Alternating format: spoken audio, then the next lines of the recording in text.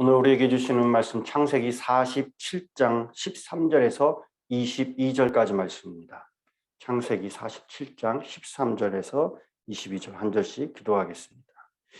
기근이 더욱 심하여 사방에 먹을 것이 없고 애굽 땅과 가나안 땅이 기근으로 황폐하니 요셉이 곡식을 팔아 애굽 땅과 가나안 땅에 있는 돈을 모두 거두어들이고 그 돈을 바로의 궁으로 가져가니 애굽 땅과 가나안 땅에 돈이 떨어진지라 애굽 백성이 다 요셉에게 와서 이르되 돈이 떨어졌사오니 우리에게 먹을거리를 주소서 어찌 주 앞에서 죽으리이까. 요셉이 이르되 너희의 가축을 돈이 떨어졌은즉 내가 너희의 가축과 바꾸어 주리라. 그들의 가축을 요셉에게 끌어오는지라 요셉이 그 말과 양떼와 소떼와 나귀를 받고 그들에게 먹을 것을 주되 곧 모든 가축과 바꾸어 그 해 동안에 먹을 것을 그들에게 주니라. 그 해가 다 가고 새 해가 되면 우리가 요셉에게 와서 그에게 말하되 우리가 죽게 쓰지 아니하나이다. 우리의 돈이 다 하였고 우리 주때가 주께로 돌아갔사오니 주께 낼 것이 아무것도 남지 아니하고 우리의 몸과 토지뿐이라. 우리가 어찌 우리의 토지와 함께 주의 목전에 죽으리이까. 우리 몸과 우리 토지를 먹을 것을 주소서. 주고 사소서. 우리가 토지와 함께 바로의 종이 되리니 우리에게 종자를 주시며 우리가 살고 죽지 아니하며 토지도 황폐하게 되지 아니하리이다.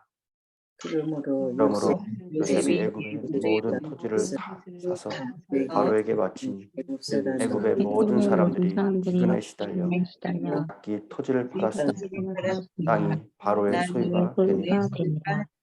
요셉이 애굽 땅 이 끝에서 저 끝까지의 백성을 성읍들에 옮겼으나 제사장들의 토지는 사지 아니하였으니 제사장들은 바로에게서 녹을 받음이라. 바로가 주는 녹을 먹음으로 그들이 토지를 팔지 않는다. 아멘. 오늘 우리에게 주시는 말씀입니다. 생명의 삶 11월 15일 화요일 말씀입니다. 어제 월요일부터 이제 또 내일 수요일까지 47장 3일에 걸쳐서 말씀을 나누는데요. 47장의 내용은 이 네 부분으로 구분될 수 있습니다.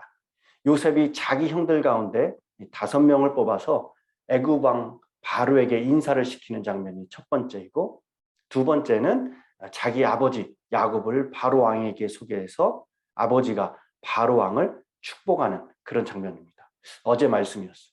그리고 오늘 세 번째는 흉년이 앞으로 5년이 더 있기 때문에 요셉이 애굽을 통치해서 애굽 사람들의 돈도 거두고 땅도 거두고 그들의 짐승도 거두고 그들의 몸도 거두어서 모두 바로 왕에게 주고 애굽 사람들의 생명과 가축을 살려내는 그러한 장면입니다. 그리고 내일은 아버지 야곱이 요셉을 불러서 내가 죽거든 이 땅에 묻지 말고 반드시 가나안에 묻어달라 하는 것을 맹세시키는 내용입니다. 이 내용들의 말씀들을 보면은 참 이 기근 가운데서도 신기하게 이스라엘 백성들은 하나님의 축복을 받았습니다. 모든 애굽 사람들은 자신의 재산을 잃어버립니다. 짐승도 빼앗기고 땅도 잃고 몸도 잃고 소유권도 잃어서 모두 다 이 바로 왕의 소유가 되고 비참한 신세가 되고 맙니다. 그러나 하나님의 백성은 어떻습니까? 내일 27절 말씀에 이렇게 기록합니다. 이스라엘 족속이 애굽 고센 땅에 거주하며 거기서 생업을 얻고 생육하며 번성하였더라 라고 기록하고 있어요. 애굽 사람들은 어떻게 보면은 이스라엘 사람들을 손님으로 맞아서 이스라엘 사람들에게 땅을 주고 먹을 것을 주었습니다. 그러니까 이 이스라엘 사람들은 어떻게 보면은 애굽에 그냥 이렇게 빌붙어 사는 그러한 신세입니다. 그런데 애굽은 다 잃었어도 이스라엘 백성은 하나님의 축복으로 그 땅을 얻고 산업을 얻고 생육하며 번성하고 있는 것이에요. 애굽은 몰락해도 이스라엘은 번창하는 것입니다. 이것이 왜 이렇게 되었습니까? 하나님이 아브라함과 맺은 언약 때문입니다. 하나님은 언약을 지키시는 신실하신 하나님이시기 때문에 그런 거예요.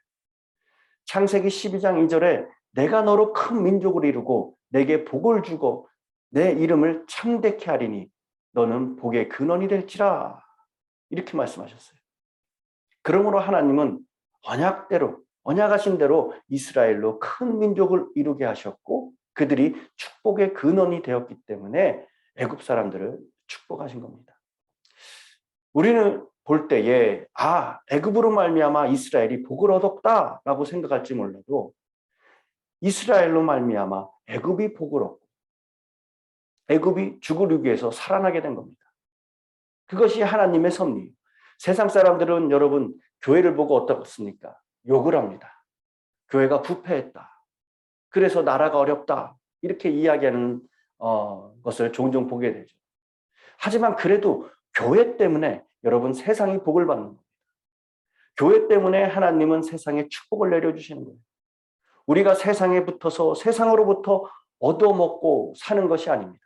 하나님의 백성이 있기 때문에 하나님은 세상을 축복하시는 줄로 믿으시고 우리 성도는 자부심을 갖고 그렇게 살아가시길 간절히 소망합니다. 요셉 이 지혜로운 사람으로 인해서 기근으로 죽어야 하는 많은 사람들이 죽지 않고 생명을 얻었습니다. 요셉이라는 지혜로운 그 신하로 인해서 바로는 이 세상의 모든 재물의 주인이 되죠. 요셉이 이렇게 세상 사람들을 살리는 지혜는 바로 꿈을 해석하신 그렇게 하나님의 지혜 때문이었습니다. 우리들도 세상을 살 때에 하나님의 지혜로 살기로 합니다. 우리도 살고 다른 사람들도 살리는 그러한 그렇게 지혜가 있기를 바랍니다. 하나님의 지혜는 위기 때에 더욱 필요해요. 우리가 위기가 기회라는 말처럼 모든 것을 바르게 세우는 그러한 기회가 또한 될 줄 믿습니다. 우리들 곁에 요셉과 같이 지혜로운 그러한 사람이 있기로 합니다. 또한 저와 여러분이 그 사람이 되기로 합니다.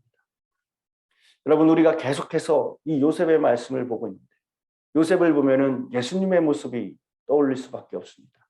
요셉은 인류의 구원자 되시는 그리스도를 보여주고 있죠. 그는 아버지에게 특별한 사랑을 받은 아들로서 하나님의 사랑을 받은 이 독생자 예수 그리스도를 보여주는 거예요. 그리고 형제들에 의해서 이방인에게 팔려져 고난을 받음으로 이방인에게 팔려져 고난받으신 그리스도를 또한 보여주고 있습니다. 또한 종과 죄수로서 고난을 이기고 애굽의 총리직에 오름으로 고난을 받은 영광을 얻으신 그러한 그리스도를 우리가 보게 됩니다. 형제들에 의해 팔리고 고난을 받았으나 오히려 그들을 기근의 위기에서 구원한 자로서 인간에게 팔렸으나 오히려 인간을 구원한 이 사랑의 그리스도를 우리가 보게 됩니다. 우리가 요셉을 통해서 여러 깨달음과 배움이 있는 중에 한 부분은 바로 이 하나님의 축복의 통로라는 거예요. 그는 이 고난의 과정을 거쳐서 애굽의 총리가 되었습니다. 그가 총리가 된 후에 7년간 풍년이 들었는데 이때 곡식을 모아두었다가 7년 흉년이 들었을 때에 많은 사람들을 살리는 하나님의 그런 축복의 통로가 되었다는 거예요. 그는 하나님의 택한 백성들인 히브리 민족의 씨가 보존되게 하여 예수 그리스도의 오심을 예비했습니다. 그는 유대인과 이방인의 그렇게 축복의 통로였습니다. 갈라디아서 3장 13절 14절에 보면은 예수 그리스도를 믿는 자들에게 주어지는 이 두 번째 축복이 아브라함의 복을 받는 것입니다. 창세기 12장 2절 아브라함은 복의 근원이에요. 그 말은 그를 통해서 하나님의 복이 다른 사람들에게 임할 것을 말하는 것입니다. 그러므로 예수를 믿는 우리가 아브라함의 복을 받았다는 것, 다만 하나님의 은혜와 축복을 받는 것이 아니라 다른 사람에게 하나님의 축복의 통로가 된다는 말씀입니다. 그러므로 그리스도인인 나만 은혜 받고 축복을 받겠다라는 것이 아니라 내가 축복의 통로가 되겠다라는 그러한 사명이 저와 여러분에게 있어야 될 줄 믿습니다. 여러분, 우리 교회가 모든 성도님들이 그렇게 축복의 통로로 살아가시길 간절히 소망합니다. 요셉은 축복의 통로가 되기 위해서 믿음으로만 살았어요. 그리고 고난 중에 인내했습니다. 여러분, 비전의 성취는 결코 쉬운 일이 아니에요. 예수 그리스도께서 인류의 구원을 비전을 가지셨는데 그 비전이 그냥 성취된 것이 아닙니다. 십자가를 지는 고난을 통해서 성취가 된 거예요. 요셉의 비전도 하루아침에 그냥 이루어진 것이 아닙니다. 13년간의 고난의 시간을 통과한 후에 이루어졌어요. 그는 그 긴 기간 동안 종살이도 했고 옥살이도 했습니다. 그는 철저하게 낮아지는 과정을 거쳤습니다. 그런 과정 속에서 그는 비전을 놓지 않고 계속해서 바라봤습니다. 그가 비전을 바라봤기 때문에 끝까지 인내할 수 있었고 결국 애굽의 총리가 된 거예요.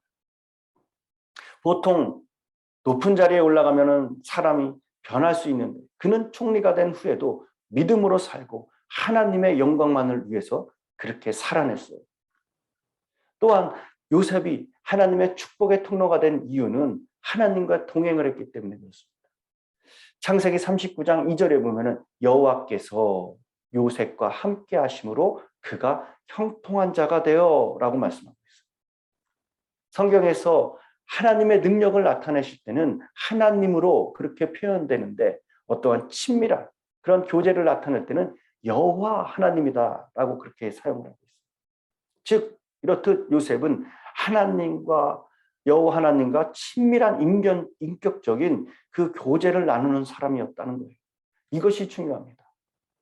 여러분, 그렇게 되기 위해서 하나님과 친밀한 인격적인 교제가 있어야 됩니다. 그분이 내 안에 계시고 내가 그분 안에 거해야 됩니다. 이런 친밀함은 성령님과 인격적인 그러한 교제를 우리가 통해서 된다라는 사실을 꼭 기억하시기 바랍니다. 성령님과 인격적인 교제는 성령님을 인식하고 인정해드리는 거예요. 자신을 정결하게 하고 그분의 음성에 귀를 기울이는 거예요.